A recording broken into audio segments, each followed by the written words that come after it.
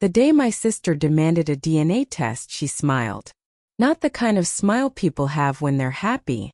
The kind of smile people have when they're about to watch someone else's life fall apart. The entire family was gathered inside my parents' living room. My mother was crying quietly in the corner. My father looked like he hadn't slept in days. My husband sat beside me without saying a word. And my sister Rachel stood in the middle of the room holding a large envelope, looking at me as if she already knew the outcome, as if she had already won. Then she pointed directly at me and said something I will never forget. When everyone learns the truth today, you'll never be part of this family again. The room went silent. My heart stopped, because I had absolutely no idea what she was talking about. But my mother did. The moment Rachel spoke those words, my mother's face turned completely white, as if she'd just seen a ghost. And that was the moment I realized something was terribly wrong. Because my mother wasn't shocked. She was terrified. Terrified of what was about to be revealed. And somehow, that scared me even more than Rachel's accusation. If you had met my family before all of this happened, you probably would have envied us. Everyone did. We looked perfect. My father owned a successful construction company. My mother was respected by everyone in town. Our family gatherings were always full of laughter. People constantly told us how lucky we were. What they didn't know was that some families become experts at hiding cracks. And ours had been hiding them for years. Growing up, my older sister Rachel was always the star. She was beautiful, confident, popular. The type of person who could walk into a room and instantly become the center of attention. People loved her. Teachers praised her. Friends admired her. And Rachel enjoyed every second of it. I was different. I preferred staying quiet, working hard, avoiding attention. Most people barely noticed me, including Rachel. For years that never bothered me. But eventually, it started bothering her. The problems began after college. My father wanted one of us to eventually take over the family company. Everyone assumed it would be Rachel, including Rachel herself. The only problem was, Rachel loved the title. She loved the idea of being the boss. She loved the money. She loved the attention. But she hated the work. While she spent weekends traveling with friends, I spent weekends learning the business. I met clients, visited construction sites, helped employees solve problems, learned everything I could. For nearly 7 years, I worked quietly behind the scenes. And eventually, my father noticed. One evening during a family dinner, everything changed. My father stood up and tapped his glass. The room immediately became quiet. I've made a decision. Everyone looked at him, especially Rachel. She already looked excited, almost confident, as if she knew exactly what he was about to say. My father smiled. Then he looked directly at me and said 7 words that changed our lives forever. Emily will run the company after me. The room froze. Rachel's smile disappeared instantly. I can still remember the expression on her face. Shock, disbelief, humiliation, and underneath all of it, anger. A level of anger I'd never seen before. For the rest of the evening, Rachel barely spoke. She forced a smile, pretended to be happy, pretended to support me. But I knew her too well. Something had changed. And whatever it wasn't good. 3 days later, my phone rang. Rachel. The moment I answered, I knew something was wrong. She sounded calm. Far too calm. The kind of calm that usually comes before a storm. Congratulations. Thanks. Several seconds passed. Then she laughed softly. A strange laugh. One that made my stomach tighten. You really think Dad chose you because you're better? I frowned. What does that mean? Another pause.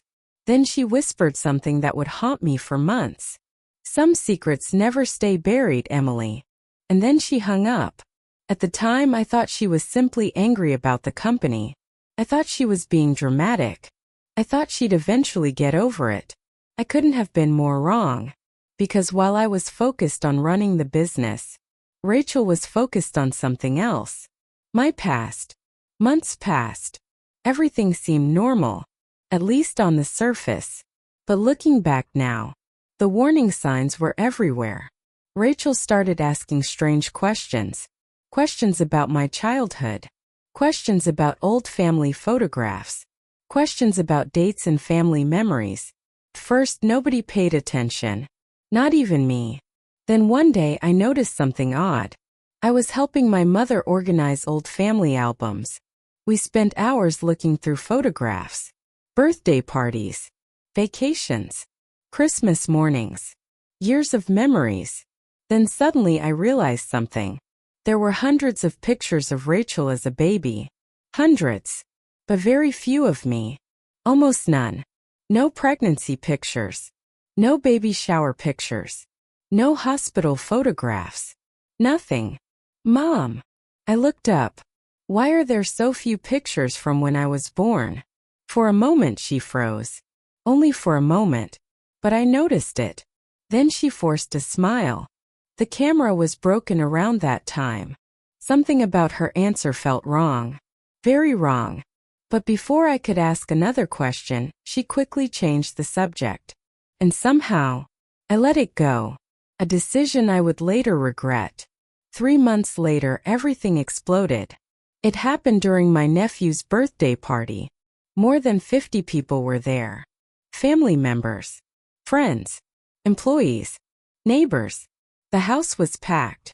Music played in the background. Children ran through the hallways. Everyone seemed happy, until Rachel stood up, holding a black folder. The moment I saw it, a terrible feeling settled in my stomach. Rachel tapped her glass. The room became silent. I think everyone deserves to know the truth. My father frowned. What truth? Rachel slowly opened the folder, pulled out several documents, and smiled. That same smile. The smile she would later have on DNA test day. The smile of someone who believed victory was only seconds away. Then I looked at my mother, and what I saw made my blood run cold. She was shaking. Actually shaking. Tears filled her eyes. And for the first time in my life, my mother looked scared. Not worried. Not nervous. Scared. As if she already knew what Rachel was about to say. Rachel slowly turned toward me, then toward my father. And finally she spoke. The words hit the room like a bomb. Dad. She paused. The entire room waiting. The entire room watching. Then she said, I don't think Emily is your biological daughter. The room exploded. People gasped. Someone dropped a glass. My father stood up so quickly his chair fell backward. I couldn't breathe. I couldn't think. I couldn't move. And through all the chaos, I noticed something horrifying. My mother wasn't denying it. She wasn't arguing. She wasn't defending me. She was crying. As if the secret she'd spent decades hiding had finally caught up with her. And that's when I realized something terrifying. Rachel wasn't guessing. She had found something. Something big. Something dangerous. Something capable of destroying our entire family. And for the first time in my life, I was afraid she might be right. That night I didn't sleep. How could I? One sentence had destroyed everything I thought I knew about my life. I don't think Emily is your biological daughter. The words kept replaying in my head. Again. And again. And again. Every time I closed my eyes, I saw my mother's face. Everyone seemed happy. Until Rachel stood up, holding a black folder. The moment I saw it, a terrible feeling settled in my stomach. Rachel tapped her glass. The room became silent. I think everyone deserves to know the truth. My father frowned. What truth? Rachel slowly opened the folder, pulled out several documents, and smiled. That same smile. The smile she would later have on DNA test day. The smile of someone who believed victory was only seconds away. Then I looked at my mother, and what I saw made my blood run cold. She was shaking. actually shaking. Tears filled her eyes. And for the first time in my life, my mother looked scared. Not worried. Not nervous. Scared. As if she already knew what Rachel was about to say. Rachel slowly turned toward me, then toward my father. And finally she spoke. The words hit the room like a bomb. Dad. She paused. The entire room waiting. The entire room watching. Then she said, I don't think Emily is your biological daughter. The room exploded. People gasped. Someone dropped a glass. My father stood up so quickly his chair fell backward. I couldn't breathe. I couldn't think. I couldn't move. And through all the chaos, I noticed something horrifying. My mother wasn't denying it. She wasn't arguing. She wasn't defending me. She was crying, as if the secret she'd spent decades hiding had finally caught up with her. And that's when I realized something terrifying. Rachel wasn't guessing. She had found something. Something big. Something dangerous. Something capable of destroying our entire family. And for the first time in my life, I was afraid she might be right. That night I didn't sleep. How could I? One sentence had destroyed everything I thought I knew about my life. I don't think Emily is your biological daughter. The words kept replaying in my head. Again. And again. And again. Every time I closed my eyes, I saw my mother's face. Not angry. Not shocked. Terrified. As if she had spent years fearing this exact moment. And somehow, that scared me more than Rachel's accusation. Around 2 a.m. my phone suddenly rang. Unknown number. For a second I considered ignoring it. But something deep inside me said, answer it. So I did. Hello. Silence. Then an older man's voice. Weak. Nervous. Almost shaking. Emily. Yes. A long pause followed. Then he said something that made my heart stop.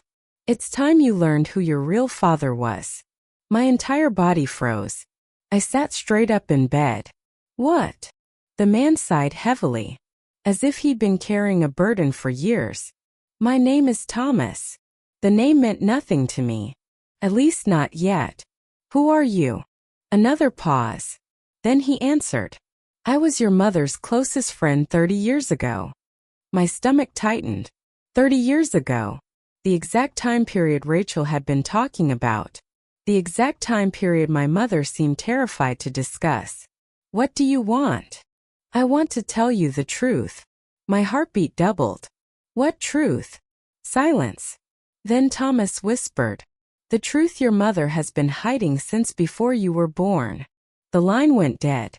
I stared at my phone, unable to move, unable to think, because for the first time, Rachel's accusation no longer sounded impossible. The next morning I drove 2 hours to meet Thomas. The entire drive felt unreal. Part of me wanted answers. Part of me was terrified to hear them. But one thing was certain. I couldn't ignore this anymore. Thomas was waiting inside a small roadside diner. The moment I walked inside, he recognized me instantly. And the look on his face sent chills through my body. He looked shocked. Almost frightened, as if he'd seen someone he never expected to see again. I sat across from him. Neither of us spoke for several seconds. Then Thomas shook his head slowly, almost in disbelief, and whispered, You look exactly like him. My stomach dropped. Like who? Thomas stared out the window, as if remembering something painful. Then he looked back at me and said, The man your mother loved before she married your father. The world seemed to stop. What? Thomas nodded slowly. Your mother met him when she was very young. I couldn't breathe, couldn't think, couldn't process what I was hearing, because this wasn't some random rumor anymore. This was a real person, a real story, a real secret. What happened to him? Thomas lowered his eyes. He disappeared. The answer shocked me. Disappeared. Thomas nodded. One day he was here. Then he was gone. Nothing made sense. Why had nobody ever mentioned him? Why had my mother hidden him? Why was Rachel suddenly investigating him? And most importantly, why did Thomas believe I looked exactly like him? Then Thomas reached into his jacket and pulled out an old photograph. The picture looked at least 30 years old. The edges were worn. The colors faded. His hands trembled as he placed it on the table. For a moment, neither of us spoke. I slowly looked down, and my heart nearly stopped. The photograph showed a young woman. My mother. There was no doubt about it. But she wasn't alone. Standing beside her was a young man. Tall. Dark hair. Blue eyes. One arm around her shoulder. Both smiling. Both happy. Both completely in love. My hand started shaking, because I wasn't looking at strangers anymore. I was looking at a secret that had been buried for decades. Then I noticed something else, something that made my blood run cold. The man's face, his eyes, his smile, his jawline, even the shape of his nose, felt familiar, far too familiar. I looked back at Thomas, unable to speak. Thomas nodded slowly, as if he already knew what I was thinking. Then he whispered, "Now you understand why I was shocked when I saw you." A chill ran through my entire body, because for the first time, I understood. The man in the photograph looked exactly like me. I pushed the picture away. "No." Thomas remained silent. "No, that's impossible." But even as I said the words, I wasn't sure I believed them. Then Thomas said something that changed everything. Something I never saw coming. Something that made my entire body go cold. He leaned closer, lowered his voice, and whispered, "The worst part isn't who he was." My heart pounded. "Then what is it?" Thomas swallowed hard. His eyes filled with sadness. Then he answered, "The worst part is that your father knew about him." I felt the air leave my lungs. "What?" Thomas nodded. Slowly, painfully, as if he hated what he was about to say. Then he delivered the sentence that would change my life forever. "And your father spent nearly 30 years pretending he didn't exist." I couldn't stop staring at the photograph. The man standing beside my mother looked so much like me that it felt impossible. The same eyes, the same smile. Even the shape of his face looked familiar. For a moment I forgot where I was. Forgot about Rachel. Forgot about the DNA test. Forgot about everything. Because only one question mattered now. Who was this man? And why had my family spent 30 years pretending he never existed? I left the diner feeling sick. The entire drive home felt like a blur. Every memory from my childhood suddenly seemed different. Every family photograph. Every conversation. Every smile. I kept wondering if my father had really known. If he had, then why raise me as his own daughter? Why never say anything? Why keep such a huge secret hidden for so long? Nothing made sense. The moment I arrived home, I drove straight to my parents' house. I didn't call first. I didn't warn anyone. I needed answers. Now, when my mother opened the door and saw me standing there, her face immediately changed. She knew. Somehow she knew exactly why I had come. "Emily." I pushed past her. "We need to talk." My voice sounded cold, even to me. My mother slowly closed the door. Her hands were trembling. I had never seen her like this before. Never. For the first time in my life.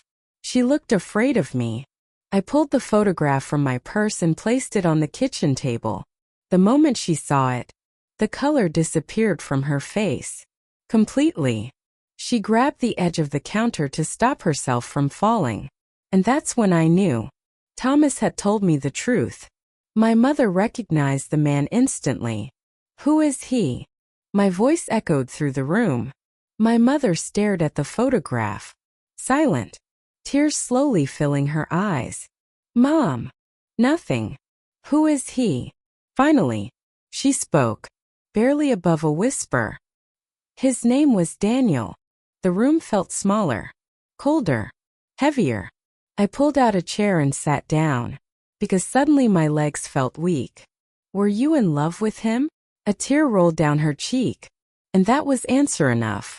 For several seconds neither of us spoke. Then my mother quietly nodded. More than anything, the sadness in her voice broke my heart. Because it wasn't the sadness of someone remembering an old boyfriend.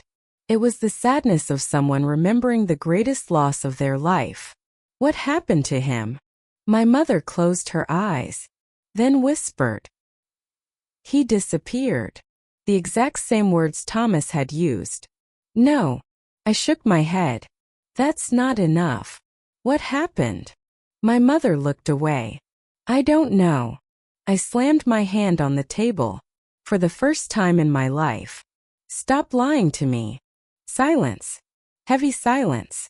Then my mother started crying. Not normal crying. The kind of crying people do when they've carried something painful for decades.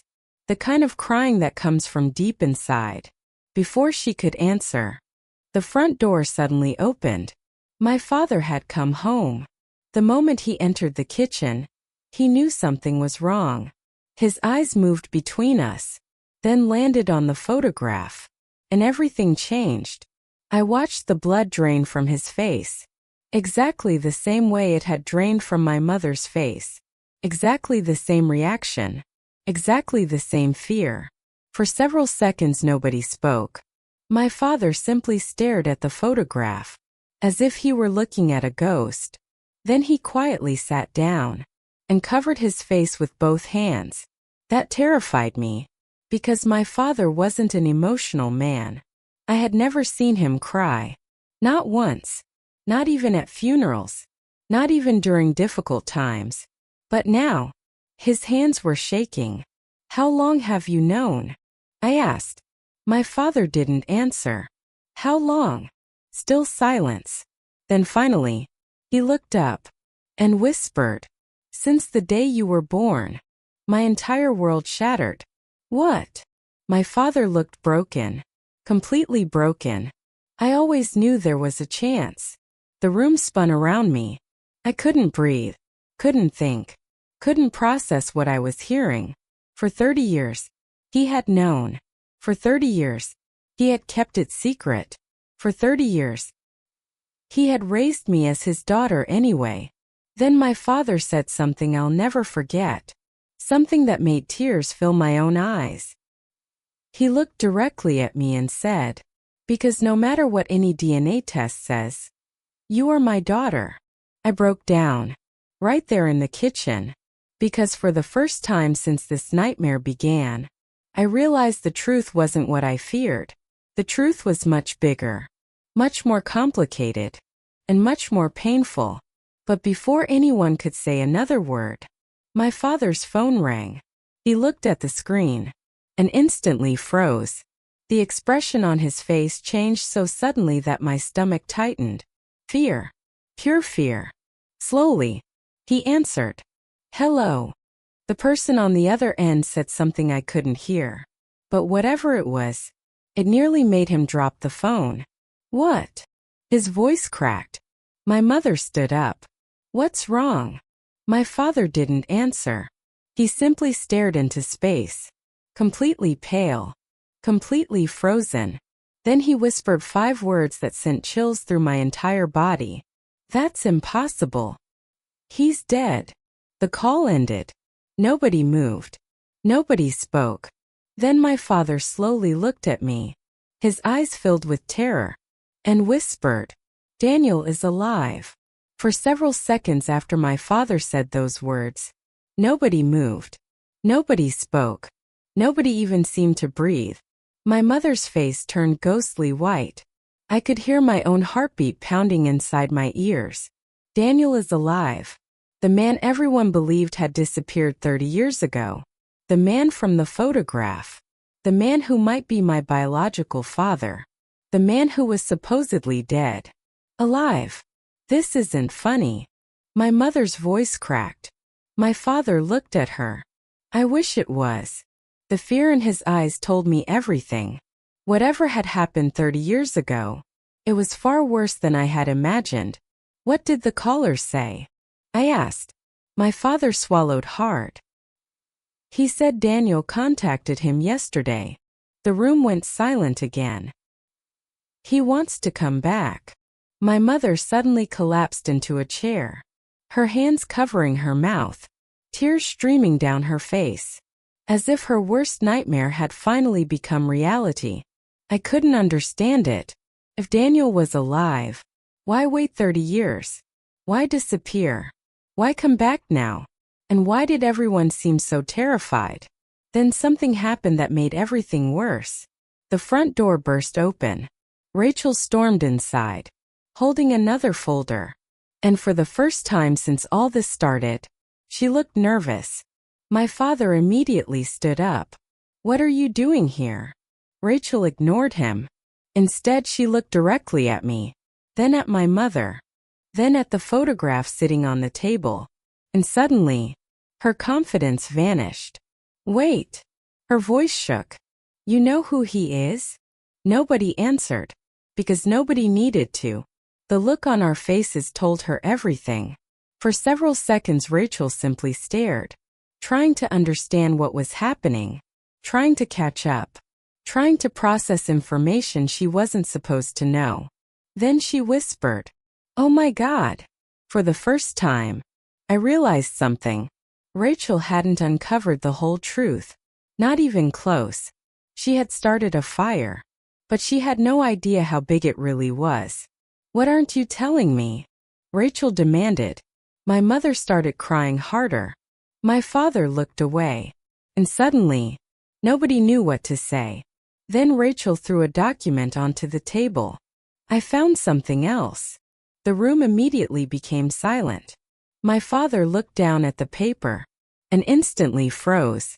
My stomach tightened because I had seen that expression before. The expression people make when they see something they hope never to see again.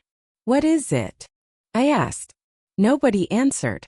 I grabbed the paper and started reading. First it looked ordinary, just an old legal document, a missing persons report, filed 30 years ago. Then I saw the name, Daniel Carter. My hand started shaking. The report stated that Daniel had disappeared only 3 weeks before my mother married my father. 3 weeks. The timing hit me like a truck. I looked at my mother, then at my father, then back at the report. Something wasn't adding up. Something felt wrong. Very wrong. Then I noticed a handwritten note attached to the file. A note written decades ago. I slowly unfolded it and read the first line. The moment I did, my blood turned cold. If anything happens to me, it wasn't an accident. The room exploded. What? Rachel snatched the letter. My father looked like he was about to faint. My mother completely broke down. Because suddenly this wasn't just a family secret anymore. This was something else. Something darker. Someone had disappeared. Someone had been declared dead. And now, 30 years later, that same person was apparently alive. None of it made sense. Then the doorbell rang. Every person in the room froze. Nobody moved. Nobody spoke. The bell rang again. Longer this time. My heart started racing. My father slowly stood up. The look on his face terrified me. Because somehow, he already knew who was standing outside. No. My mother whispered. The bell rang a third time. My father walked toward the door. Slowly, carefully, as if every step weighed 1,000 pounds. Then he reached the handle and opened it. The moment he did, the color drained from his face. Completely. I couldn't see who was standing outside. Not yet. But I heard a man's voice. Older. Calm. Almost sad. And then I heard 6 words that changed everything. Hello, Michael. It's been 30 years. My father's knees nearly gave out. My mother screamed. And Rachel dropped the folder from her hands. Because standing at the front door was the man everyone believed had been dead for 3 decades. Nobody moved. Nobody spoke. Nobody seemed capable of breathing. The man standing in the doorway looked older than the photograph.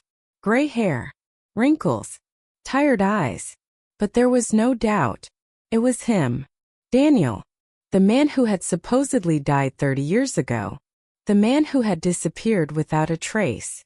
The man whose name had nearly destroyed my family. And now, he was standing in my parents' house. Alive.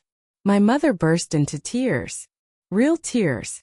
The kind that come from decades of pain. Daniel. Her voice broke. For a moment Daniel simply looked at her. Neither spoke. Neither moved. It felt like the entire world had stopped. Then my father stepped forward. His face filled with anger, pain, confusion, and betrayal.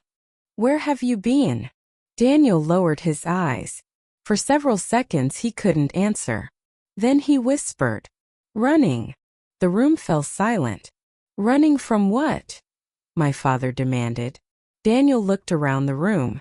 Then his eyes landed on me. And everything changed. The moment he saw me, he froze. Completely froze. His eyes filled with emotion. Almost disbelief. As if he were looking at a miracle. Or a ghost. Then he whispered, she's grown up. A chill ran through my body. Nobody spoke. Nobody needed to. Everyone knew exactly what he meant. Rachel folded her arms. Still convinced she was about to win. Still convinced the DNA test would prove everything. Enough. She grabbed the envelope from the table. Let's stop guessing. My stomach tightened. Because after months of accusations, the DNA results were finally here. The envelope sat in the middle of the table. Silent. Harmless. Ordinary. Yet somehow it felt more dangerous than anything else in the room. Rachel smiled. The same confident smile she had worn from the beginning. The smile of someone absolutely certain she was right. She opened the envelope, pulled out the report, and started reading. First, nothing happened. Then her smile disappeared. Completely. I watched the color drain from her face. Exactly the same way it had drained from my mother's face. Exactly the same way it had drained from my father's face. For several seconds, Rachel simply stared at the paper, unable to speak, unable to move. My father stood up. What is it? No answer. Rachel. Still nothing. Then Rachel whispered, no. My heart started pounding. No. Her hands began shaking. This can't be right. The room erupted. What does it say? What happened? Read it. Finally Rachel looked up, tears filling her eyes. And then she spoke. The words changed everything. Emily is Dad's daughter. Silence. Absolute silence. I felt the air leave my lungs. What? Rachel stared at the report. Completely broken. The DNA confirms it. My father looked stunned. My mother collapsed into a chair, crying harder than ever. And suddenly, everything Rachel had spent months building fell apart. Because the accusation that started this nightmare was wrong. I was Michael's daughter. The DNA test proved it. The same DNA test Rachel believed would destroy me. But the story wasn't over. Not even close. Because Rachel slowly lowered the report. Then whispered, there's another page. My stomach dropped. What? Rachel looked terrified. Genuinely terrified. Then she handed the report to my father. His eyes moved across the page. And suddenly, he looked like he'd been struck by lightning. The report hadn't only tested me. It had compared multiple family samples, including Rachel's. And what it revealed was impossible. My father stared at Rachel, then at the report, then back at Rachel. Tears filled his eyes. No. The word barely escaped his mouth. No. My mother started sobbing uncontrollably, because she already knew. She had always known. My father slowly looked at Rachel, the daughter he'd loved, protected, believed in, for 30 years. Then he whispered, Rachel, you're not my daughter. The room exploded. Rachel staggered backward. No. Her voice cracked. No. My mother covered her face. Unable to look at anyone. Unable to hide anymore. 31 years earlier, before my parents married, my mother had briefly been involved with another man. A mistake she buried forever. Or so she thought. Months later she discovered she was pregnant. And when Rachel was born, everyone assumed she was Michael's child, including Michael himself. Until now. Until one DNA test uncovered the truth. The truth Rachel had spent months searching for. The truth she never expected to find. The truth that destroyed her own world. Rachel looked at my mother. Tears streaming down her face. You knew. My mother couldn't answer. You knew. Silence. And that silence was answer enough. Rachel collapsed into a chair. Completely broken. Because the DNA test she believed would expose me had exposed her instead. For the first time in her life, she wasn't the victim. She wasn't the winner. She wasn't even the center of attention. She was simply a daughter learning that her entire identity had been built on a lie.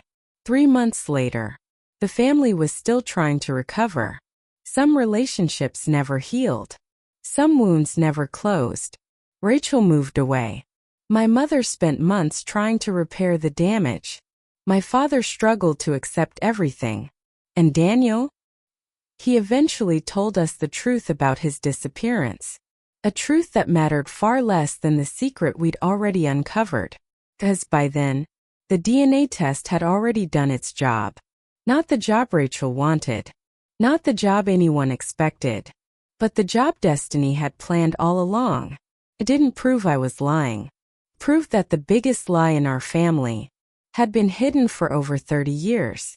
And in the end, the person who tried hardest to destroy me was destroyed by the truth she uncovered herself.